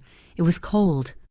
The rain was just starting, a fine, stinging mist. I ran across the vast, manicured lawn, toward the sound of the ocean, toward the cliffs. I just ran. I needed to breathe. I needed to escape him, the house, the ghost of his sister. The heavens opened. It wasn't rain. It was a deluge, a cold, violent, horizontal assault of water that soaked me to the skin in seconds. The wind howled, ripping the leaves from the trees. It was the storm from the restaurant, but magnified. Wilder. I didn't stop. I kept running until I reached the low stone wall at the edge of the property. The ocean was a churning, angry gray mass below. I was sobbing, my cries stolen by the wind. I was soaked. I was freezing. And I was so angry. Camila! His roar cut through the storm. He was coming down the lawn, his black shirt plastered to his chest, his hair slicked to his head. He looked feral. Get back inside, he yelled over the wind. No, I screamed back. Leave me alone. I'm tired of you telling me what to do. He reached me in 3 long strides. He grabbed my arm, his grip bruising. This is not a game. Get inside, now. Let go of me. I fought him, twisting, hitting his chest with my free hand. It was like hitting stone. You don't own me, you hypocrite. You can't just burn my life. Your life, he yelled, shaking me. His face was inches from mine, rainwater streaming down his hard plains. You think that's your life to throw away? You think it only affects you? You die. I failed. You die. They win. This is about your sister. Just admit it. I'm just a project, a way for you to fix the past. His face contorted, a mask of pure, raw agony. You think I don't know that? He screamed. You think I don't see her every time I look at you? You think I don't? He stopped, his throat working. The anger was so potent, so raw, it was indistinguishable from passion. His eyes were black with it. You, he growled, are the most infuriating, naive, brave, stupid. His mouth crashed down on mine. It was not a kiss, it was a collision. It was rage and rain and grief and a desperate, frantic need. It was bruising. His teeth scraped my lip. His hands were fists in my hair, pulling my head back, angling my mouth to his. I fought him. For a second, I hit his shoulders, and then I kissed him back. I kissed him with all the anger, all the loneliness, all the terror. My hands grabbed his shirt, pulling him closer, if that was even possible. It was a violent, wordless fight. It was a drowning. We were 2 people, hollowed out by our own pasts, clinging to each other in a storm. He broke the kiss only to breathe. His forehead rested against mine, our breaths mingling, hot in the cold air. I am trying to keep you alive, he panted, his voice a raw rasp. Then trust me, I sobbed, my lips trembling, bruised. He kissed me again, harder. He lifted me from my feet, my legs on pure instinct, wrapped around his waist. He was carrying me, striding back toward the house, his mouth never leaving mine. It was a frantic, desperate, possessive act. He kicked the French door open, the wind howling into the house behind us. He didn't put me down. He carried me through the foyer, up the sweeping staircase, his mouth locked on mine. We were leaving a trail of water, our clothes clinging, our skin on fire. He kicked the bedroom door open. He didn't put me down gently. He half threw me onto the massive bed, following me down, his body a heavy, warm weight on top of mine. You, he growled, pinning my wrists above my head, will not run from me. Again. And you, I panted. will not burn. My choices. Our soaked clothes were an agony. He ripped his shirt open, the buttons scattering. I fumbled with the clasp of his belt. This wasn't the slow, trusting intimacy of the basement. This was a fire. This was an explosion. This was the storm. Inside. It was all a blur of cold, wet cloth being torn away, of hot skin, of trembling hands and bruising lips. It was a desperate, angry, emotional claiming. It was the only way we knew how to speak. It was a fight and a surrender and a desperate plea. It was everything. It was rage and comfort and a raw, possessive, animal need. It was the sound of the rain lashing the windows and the sound of our breathing and the desperate, silent understanding that we were both, in our own ways, completely and totally lost. In the aftermath, we lay tangled in the sheets, the sound of the storm a distant rumble. The adrenaline was gone, leaving behind a raw, shivering silence. He was on his back, his arm thrown over his eyes, his chest rising and falling in deep, ragged breaths. I was on my side, my hand resting on his chest, feeling his heart hammer under my palm. The anger was gone. The fight was over. I had to know. "Lorenzo," I whispered, my voice hoarse. He didn't move, but I knew he was listening. Who was she? He was still for a long time. I thought he wouldn't answer. I thought he would get up, get dressed, and walk back to his study, the walls back in place. He took his arm away from his eyes, staring at the high, dark ceiling. "My sister," he said. His voice was hollow. "Julia." I waited. "I was 19, he said, his voice flat, devoid of all emotion. A man reading a report. "My father. He sent me to Sicily to learn, to become this, to be the man who could take over. I was ambitious. I was stupid. I wanted to prove myself." He turned his head on the pillow, looking at me. His eyes were not the eyes of a boss or a killer. They were just empty. "Julia was 16. She was like you, brave, stubborn. She thought she was in love. He wasn't a boyfriend. He was a recruiter. He was one of them. He told her he'd make her a model." He looked back at the ceiling. "By the time I came back, she was gone. My mother was a wreck. My father, he looked for her his way. But they moved them so fast. They shipped them like cargo." His voice cracked. "Just a small hairline fracture. We found her," he whispered. 6 months later, in a hotel in the city, the one in the clipping." He turned on his side, his back to me, a final, protective gesture. She was 17. She was broken. She took a handful of pills. She killed herself. While I was in Sicily, learning how to be a man." His whole body shuddered. "I wasn't here. I promised my mother I'd protect her. I failed. I failed her. He was breaking. This man, this pillar of strength and rage, was crumbling in front of me. I didn't think. I moved. I pressed myself against his back, wrapping my arms around his waist, holding on. My cheek was against his shoulder blade. I could feel the tremors running through him. "You're not failing me, Lorenzo," I whispered, my own tears starting. "You're not." He didn't say anything. He reached back, his hand finding mine, his fingers gripping my hand so tightly. My bones ached. He just held on, as if I were the only thing keeping him from drifting away in the dark. We lay like that for, I don't know, an hour. An eternity. The buzzing of his phone on the nightstand was a violence. He tore his hand from mine. He sat up, the boss instantly back, his face a mask of stone in the dim light. He snatched the phone. "What?" He listened.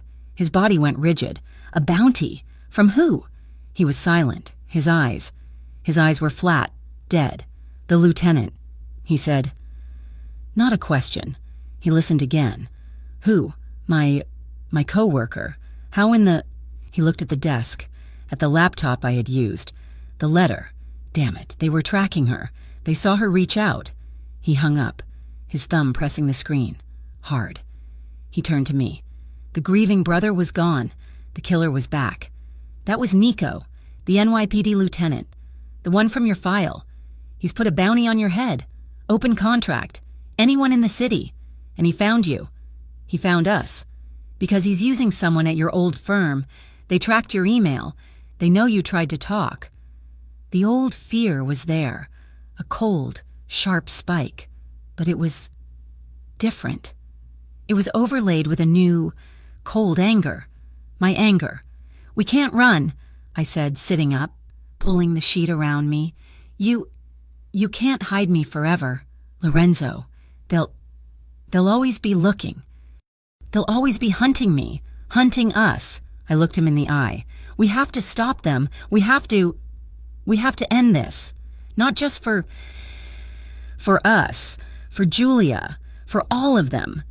He stared at me, seeing me. Not the victim, not the ghost. The woman from the range. The woman who had fought him in the storm. He nodded. A single, slow, lethal acknowledgement. You go public. You're a target for the rest of your life, he said. I'm already a target, I said. I'd rather be a target that fights back.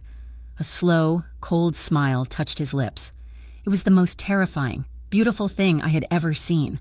Okay, he said. We go public, but not your way, not running. We go back. We go back to the city. We set a trap. We'll leak the information, but we'll do it our way. And we will dismantle that entire ring, from the prosecutor down to the last beat cop. We will burn them to the ground before they even smell the smoke. The drive back to Brooklyn was a silent, high-speed exorcism. We didn't return to the restaurant. The glass was still being replaced. The warning had been delivered instead. Lorenzo took me to a high-rise condo near the Heights, a place of sterile glass and steel that held no ghosts. It was another cage, just with a better view. Nico is setting the trap, he said, standing at the floor-to-ceiling window, a black silhouette against the glittering, indifferent city. He's leaking to an informant that we have you at a safe house in Red Hook, a place we own. And? I asked, my voice small. I was sitting on a white leather sofa that felt as cold as stone. And, he said, turning, the lieutenant is greedy. He has a bounty on your head. He won't send his uniformed pets. He'll send the men he trusts, the men who are in on it, and Nico will be waiting for them. We'll handle it. We'll get the proof we need, my way. He was all business, the man who had broken in my arms, who had held my hand, who had whispered in Sicilian, was gone. This was the boss. He was managing his war, and I was his most volatile asset. I want you to stay here, and he commanded. The doors are locked. The elevator has a key code. Nico's men are in the lobby. You are not to move until I come back for you. And what if your trap doesn't work? I asked, my voice trembling. What if they don't take the bait? They'll take the bait, he said, his voice flat. Pride and greed. It's a combination that never fails. He walked to the door. He paused, his hand on the knob. He looked back at me, his face a mask of controlled, cold anger. He hadn't forgiven me for the email. He hadn't forgiven me for knowing about his sister. Stay, he said. It wasn't a request. He left. I heard the thud of the deadbolt. I was alone. But I had lied. I had lied to him ever since we left the estate. The files in my messenger bag, the ones he had seen, the ones he thought were the beginning and end of it. They were just copies. The originals were still at the office. When I had first found the red file, I had been a paralegal, a terrified, meticulous paralegal. I had scanned the documents, yes, but I had also seen the audio recorder.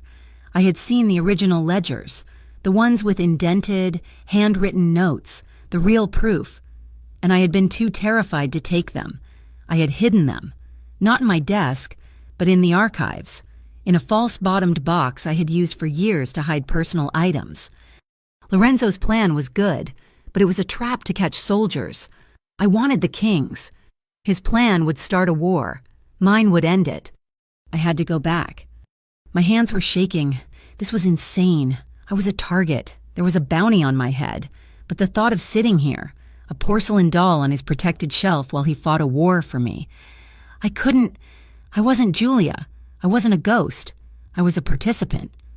I waited an hour, an agonizing 60-minute eternity. I timed the guards in the lobby. I had seen them from the window. 2 men, in a black car. They weren't watching the door. They were watching the street. There was a service stairwell. I put on my sneakers. My hands were slick with sweat. My wound ached. A sharp, pulling protest. "You are an idiot, Camilla. You are a dead woman." I didn't care. I slipped out the service door into a dark concrete stairwell that smelled of bleach. I ran down 30 flights of stairs, my legs shaking, my side on fire. I burst out into a back alley, into the cold, damp night air. The city was a monster. Every car that passed was a black sedan. Every man on the street was an executioner. I hailed a cab, my voice a trembling whisper. "Midtown," I said, giving him the cross street. I sank into the back seat, my heart trying to beat its way out of my chest. My office building was a dark, silent tomb. It was past 10 at night. The lobby was empty, lit by a single dim security light. My old key card, I prayed it still worked. I swiped. The light turned green. A soft click. I was in... The silence of the elevator ride was deafening. The ding as it opened on my floor made me jump. Our office, Lipton, Hayes, and Associates, it was so... normal. It smelled of stale coffee and industrial carpet cleaner. It was a lifetime ago.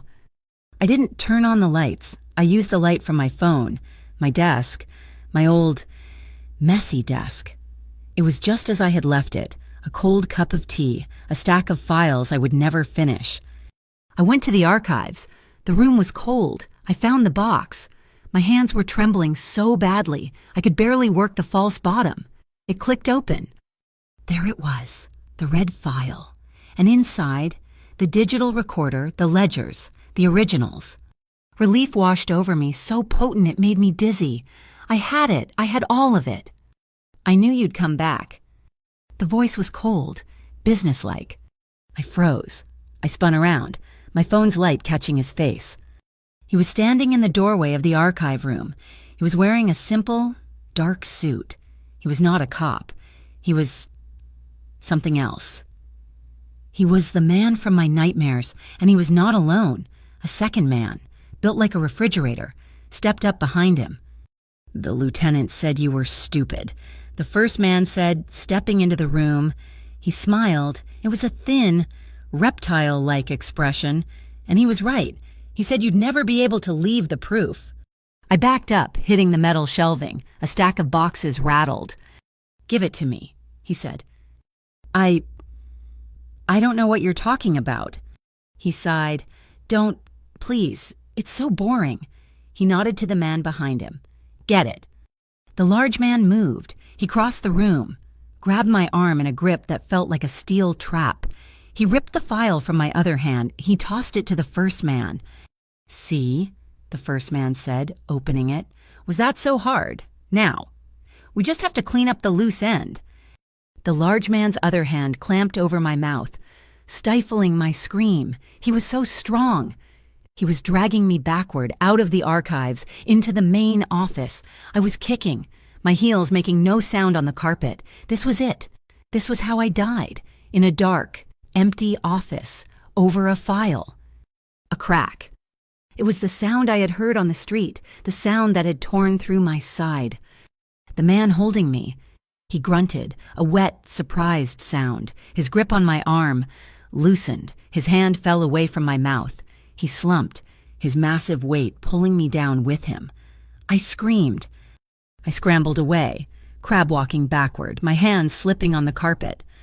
The first man, the one with the file, had his gun out. He was aiming, not at me, but at the doorway. "Salvi," he hissed. 2 more cracks, sharp, precise. The first man's chest, it just exploded.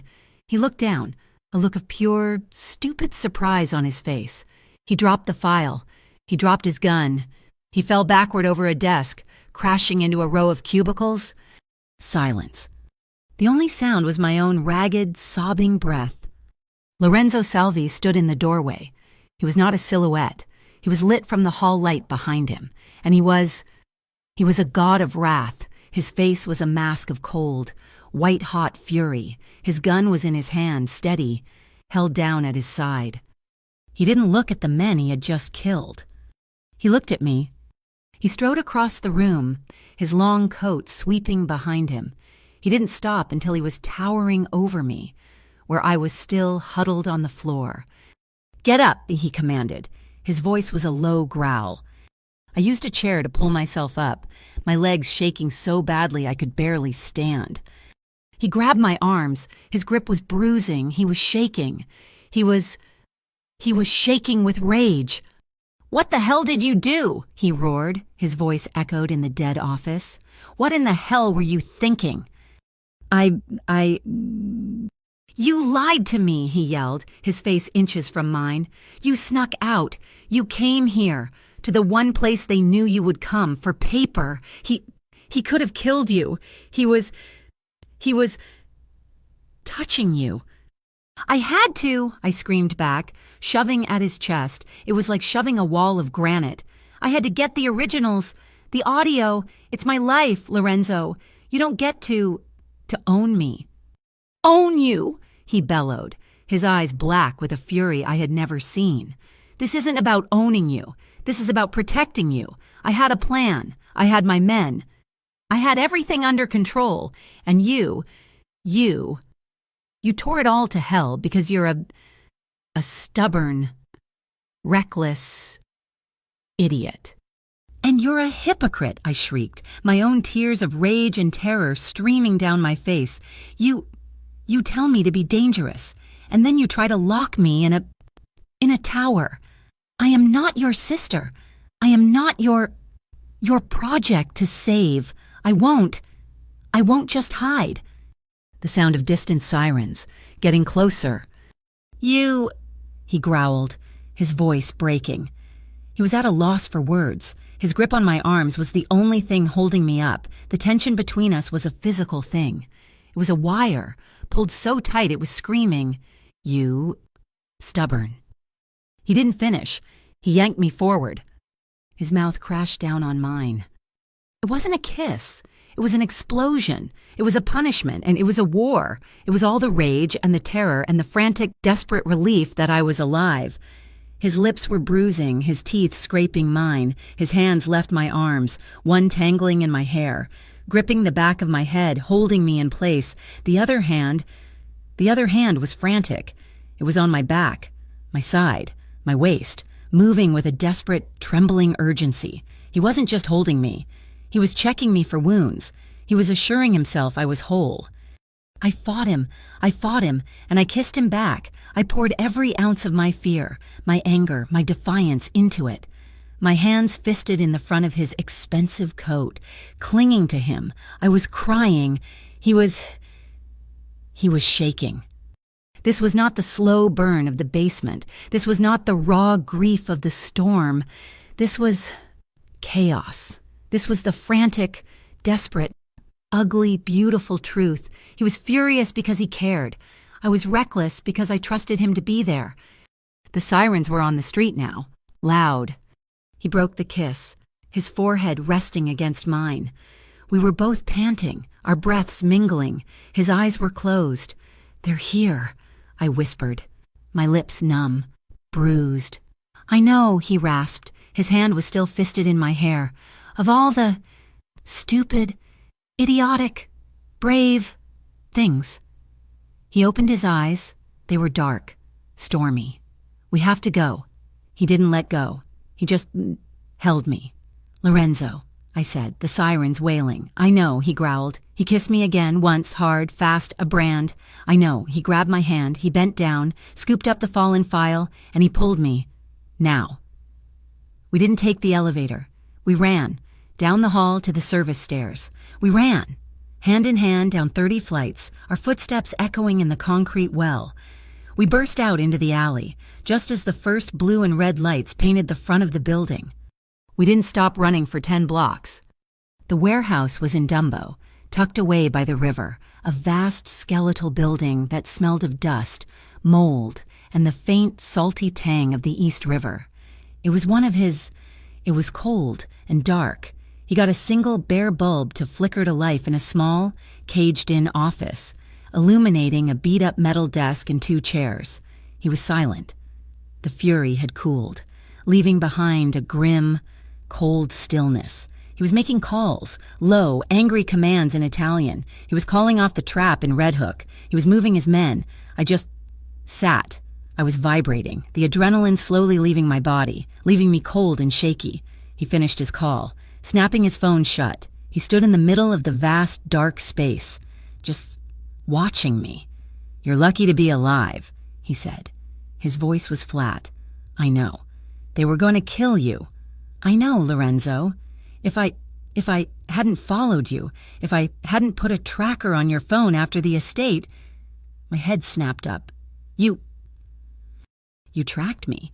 You'd be dead if I hadn't," he shot back, unapologetic. I was too tired to be angry. I was just tired. You said you trusted me. "I trusted you to be brave," he said, walking closer. "I didn't trust you to be smart." I just looked at him. I held up the file. "The audio, Lorenzo. The originals. They're worse than the copies." He took the file from me, and he sat at the desk. He took out the small digital recorder. He pressed play. The sound was tinny but clear. It was the prosecutor and the lieutenant. They were in a car. Maybe they were laughing. "Just cargo. Frank. Off the books. The manifest says textiles. The judge signs the order, and the Santoro family moves them before dawn." Lorenzo's head snapped up. His face was pale. "Cargo's a little young this time," the lieutenant's voice said. "They love 'em young." The prosecutor laughed. "And Judge Moran loves his cut. He doesn't care if they're 12 or 20. Just make sure the money is right." Lorenzo stopped the recording. "Santoro," he whispered. His voice was sick. "Who?" I asked. "The Santoro family. A rival. They're supposed to be old school. Drugs, gambling, not this." He looked at me, his eyes dead. "This isn't just cops. This isn't just a DA. This is our world, too. They're in bed with the Santoros. They're using our rules against us." He looked it through the ledgers. His finger traced a line. A second judge, Judge Santini. My God, it's all of them. The DA, the cops, 2 judges, and a rival family.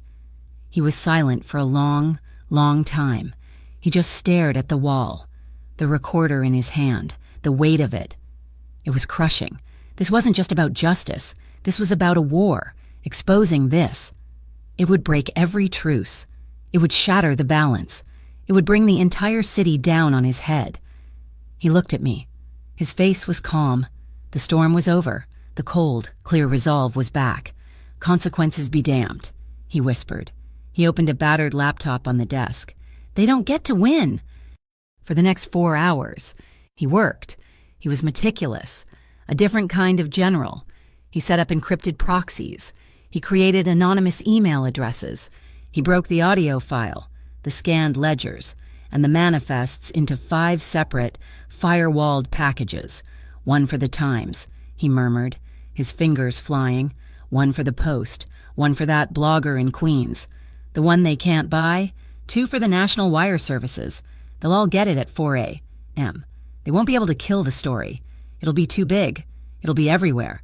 He hit send. He set the timer. He closed the laptop. It was done. We sat in the dark, silent office, the single bulb humming above us. Outside, the first faint, dirty gray light of dawn was beginning to touch the filthy windows. The city was waking up. In a few hours, we were going to set it on fire. I looked at him. His profile was sharp, exhausted, and beautiful. "After this," I whispered, my voice hoarse from screaming, "they'll come for you. Not just the cops, the Santoro family, all of them. This is a war. Lorenzo, you just declared war on all of them." He didn't look at me. He looked out the window at the city that was his. He nodded. A single, slow acknowledgement. Then I'll make it worth it. We didn't go back to the condo. We didn't go back to the restaurant. He drove, his knuckles white on the steering wheel, his jaw a line of granite. He drove, and I watched the digital clock on the dashboard, 3:58 in the morning, 3:59. We were in his heavy, black sedan. The laptop was open on my lap. The timer on the email program ticked down to 0. The screen flashed, sent. It's done, I whispered. My voice was a dry rasp. The files were gone. Sent to 5 journalists, a digital bomb set to explode across the city. Lorenzo didn't say anything. He just drove. He drove through the empty, sleeping streets of Brooklyn, the sky ahead of us turning from pitch black to a deep, bruised indigo. He was heading for the water. He parked the car under the massive stone arches of the Brooklyn Bridge. It was a cathedral of silence. The only sound, the distant hum of the city and the lapping of the East River. He cut the engine. The silence was deafening. "Why are we here, Lorenzo?" I asked, my voice barely a whisper. He looked at me, his eyes dark, unreadable in the pre-dawn gloom. "Because it's public, and because I made one last call before we left the warehouse. I told the lieutenant. I told him if he wanted the girl and the real files, to meet me here at dawn. Just him and his boss." My blood ran cold. You set a trap after I... "You set the fire," he said, his voice flat. "I'm just making sure the right people are standing in it when it burns. They think they're coming to kill us and retrieve the evidence. They don't know the evidence is already gone." His phone buzzed. A text. He looked at it, a slow, cold smile. "They're here." I looked out the windshield, far down the street. Headlights appeared, 1 set, then 2. They weren't police cars. They were heavy, black SUVs. They pulled up, blocking the road, penning us in against the river. Car doors opened. The district attorney, Francis O'Malley, stepped out. I recognized him from the files. He was tall, silver-haired, immaculate in an overcoat. Beside him was the lieutenant, Frank. His face was a mask of cold rage, and with them, 5 other men, dark suits, professionals. They fanned out, guns already visible. "This is it," Lorenzo said, his voice calm. He checked the gun on his hip. He looked at me. "Stay in the car, Camila. Lock the doors." "No," I said. He looked at me, about to argue, the old, furious command in his eyes. "I'm not Julia," I said, my voice shaking but firm. "I am not hiding. I am not a ghost. I'm ending this with you." His face softened. Just for a fraction of a second, the rage was replaced by a look of profound, weary respect. He nodded. Once. We got out of the car together. The cold, damp air hit my face. The river smelled of salt and decay. "Lorenzo Salvi," the DA called out, his voice echoing under the stone arch. "You've caused a great deal of trouble, for all of us." "You have no idea," Lorenzo replied, his voice a low, carrying rumble. He and I stood by the hood of his car. We were terribly, fatally outnumbered. "Give us the girl," the lieutenant, Frank, growled, "and the recorder and the ledgers, and we might let you walk away from this. Salvi, the Santoros, they're not happy with you." "The Santoros are pigs," Lorenzo said, "and you're the company you keep. The files are gone. Frank, they went public 5 minutes ago. Your phone should be ringing any second." The DA's face paled. He fumbled for his phone, but Frank just laughed, a short, harsh, ugly sound. "You're bluffing. You think we're stupid. You wouldn't burn your own city down." "He would," I said. My voice was surprisingly loud. Frank's cold eyes snapped to me. "The little paralegal. You're the one. You should have just bled out on that sidewalk." He took a step forward, raising his gun. "Step aside, little girl. This is between men." I looked at Lorenzo.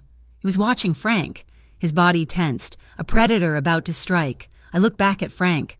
"No," I said. "I'm done stepping aside." Frank smiled. "Wrong answer?" He raised his gun to aim at me. Lorenzo was faster. He was moving before I even registered the threat. His gun was in his hand, and the first crack was deafening, a sharp, echoing thunder under the bridge. One of the 5 men spun, dropping to the pavement. Chaos erupted. It was not like the movies. It was just loud, terrifyingly, deafeningly loud, gunfire. Flashes of light in the dim dawn. Men were yelling. Lorenzo grabbed me, shoving me bodily behind one of the massive 6-foot-wide stone support columns. "Stay down," he roared. Bullets chewed at the stone, sending chips of granite stinging against my cheek. Lorenzo leaned out, firing, precise, calm, crack, crack, fly. Another man fell. He was a machine. He was protecting me. His body a shield, his focus absolute. He leaned out again. And he grunted. It was a small sound, a sharp, pained intake of breath. He stumbled back, his hand flying to his left side, his white shirt just below his ribs, in the exact same place I'd been shot. A dark, wet stain was blossoming. "No," I whispered. My vision puckered. "No, no, no."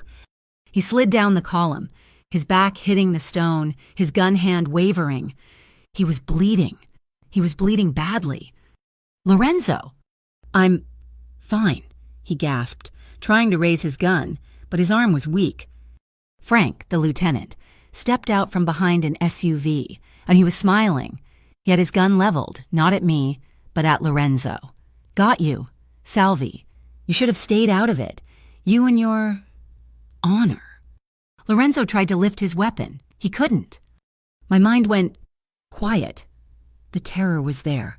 A cold, hard stone in my stomach, but underneath it, I heard his voice. "Respect it. Don't fear it. You are a target. A target who can't fight back is a victim." "Camilla, run," Lorenzo panted, shoving at my leg. I looked at Frank. I looked at Lorenzo's gun, which had slipped from his weakening grasp to the pavement. I looked at his blood, dark and thick on the stone. I wasn't running. I picked up the gun. It was so heavy. "Camilla, no," Lorenzo whispered. I stood up. I stepped out from behind the column. My hands were shaking. They were trembling so hard I could barely hold the weapon. But I remembered. I remembered his body behind me in the range. His arms, stance, breathe, squeeze. Frank laughed when he saw me. "Look at this. The little paralegal. You gonna shoot me, sweetheart?" He aimed his gun at me. I aimed the gun at him. I breathed out, and I squeezed the trigger. The crack of the gun was deafening. The recoil punched my shoulder, jarring my whole body. I missed. The bullet ricocheted off the SUV with a high-pitched zing. But Frank had flinched. He had ducked. "You," he growled, standing up, his face furious. I squeezed the trigger again. My hands were trembling, but my eyes were clear. The shot hit him. Not in the chest, in the shoulder, a spray of dark something. He screamed, a high animal sound of rage and pain. He dropped his gun, clutching his arm. It was enough. Tires screamed, a black Escalade, Lorenzo's, mounted the curb. Nico burst out, followed by 3 of Lorenzo's men. They were not firing wildly. They were professionals. They moved. They took cover, and they neutralized the threat. The remaining 3 men were down in seconds. It was over. The DA, O'Malley, was on his knees, his hands in the air, screaming, "I'm a district attorney. I'm unarmed. Don't shoot. I'm unarmed." Then the sirens. Not just one. An army of them. They were coming from both sides of the bridge. "Boss!" Nico was at our column, his face pale. He saw Lorenzo. "My God!" "Get him in the car," I commanded. My voice was a blade. I didn't know I had it in me. "No," Lorenzo gasped. He was pale, sweating. He gripped my arm. We wait. We do this. Clean." The first squad cars skidded to a halt. Uniformed cops burst out, their guns drawn, their faces a mixture of confusion and horror. They saw the bodies. They saw the DA on his knees. They saw Frank, the lieutenant, bleeding and swearing. They saw me, a woman in jeans and a sweater, standing over a bleeding Lorenzo Salvi, his gun still smoking in my hand. "Drop the weapon!" a young cop yelled, his voice cracking. "Drop it now!" I let the gun clatter to the pavement. A captain strode through the chaos. He wasn't looking at us. He was looking at his phone, his face white. "It's true," he whispered. He looked up, his eyes finding the DA, then the lieutenant. His face hardened into a mask of pure, cold disgust. "My phone, it's all over the news," the captain said, his voice shaking. "The feeds, the times. My God, Frank, the judges." The journalists had published. It was everywhere. The bomb had gone off. The captain looked at the DA, a man he had probably respected an hour ago. "Francis O'Malley," he said, his voice ringing with authority. "You are under arrest for conspiracy, human trafficking. God, for all of it." He looked at the wounded lieutenant. "You, too, Frank. Cuff him. Cuff them both." He looked at Lorenzo, who was slumping, his consciousness fading. He looked at me. Get paramedics now. For him. And for him." A detective, a woman with tired, intelligent eyes, found me hours later. I was in a hospital waiting room, still wearing Lorenzo's blood on my sleeve. The chaos had been absolute. Lorenzo had been rushed into surgery. I refused to leave. "Miss Donati," she said, sitting beside me. The plastic chair creaked. The city, we owe you an incredible debt."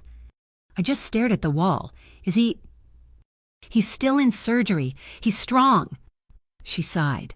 "Look, you did a brave thing, a frankly insane thing, but you cut the head off a monster. The DA, the lieutenant, 2 judges, half a dozen cops, they're all in custody. The Santoro family is in chaos." She leaned closer. "But the body is still twitching. The Santoros, the men who got away, they will not forget this. They will not forget you." She offered me the out, the escape.